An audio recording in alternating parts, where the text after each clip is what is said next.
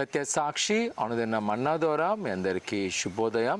నేటి యొక్క ఉదయకాలము 6 గంటలకు అలాగే 9 గంటలకు 2 ఆరాధనలు ఉంటే ప్రతివారు సకాలంలో పాల్గొవలసిందిగా కోరుకుంటున్నా.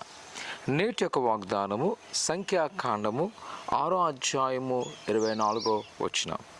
యెహోవా నిన్ను ఆశీర్వదించి నిన్ను కాపాడునుగాక. ఆమేన్. ఆనాటి ఇజ్రాయేల్ ప్రజలు ఇంకా తుదుకు అనగా వాగ్దాన దేశానికి వెళ్తున్న సందర్భంలో ప్రవక్త అయిన మోషే వారికిస్తున్న వాగ్దానము, యెహోవా నిన్ను ఆశీర్వదించును కాక. ఈ యొక్క మాటను అనేక సందర్భాల్లో ఆశీర్వాద వచనాలుగా మనము వినియోగిస్తూ ఉంటాం. అయితే ఈ ఉదయకాల సమయంలో దేవుడు మనల్ని బలపరుస్తున్న మాట ఏంటి అంట, యెహోవా నిన్ను ఆశీర్వదించును కాక. నిజమే ప్రియ కుమార్తె, ప్రస్తుతం మనం ఎదుర్కొంటున్న సమస్యలను బట్టి మన ఒక ఆలోచన ఉంటుంది. అయ్యో, దేవుడు నన్ను దీవిస్తాడా, లేదా నేను బాగుపడతానా, నేను బలపడతానా, నాకేమైనా జరుగుతుందా జరగదా అనేక నిస్సందేహంతో మనం ఉంటున్నామేమో, నిరుత్సాహంతో జీవిస్తున్నామేమో.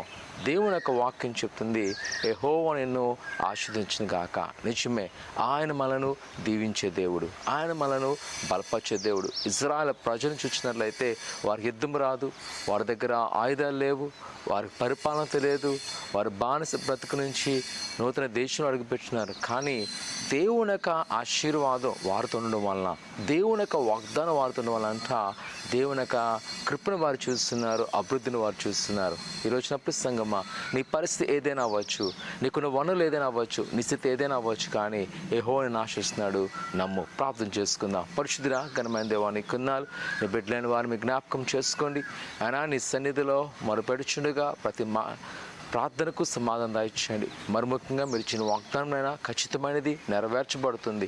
దాన్ని నమ్ముటకు సహాయం చేసి ఆయన మా చుట్టూన్న పరిస్థితిని విడిచిపెట్టినైనా నీ యందు ఆధారపడటకు మాకు సహాయం చేయమని యేసునామమున అడుగుతున్నాం తండ్రి.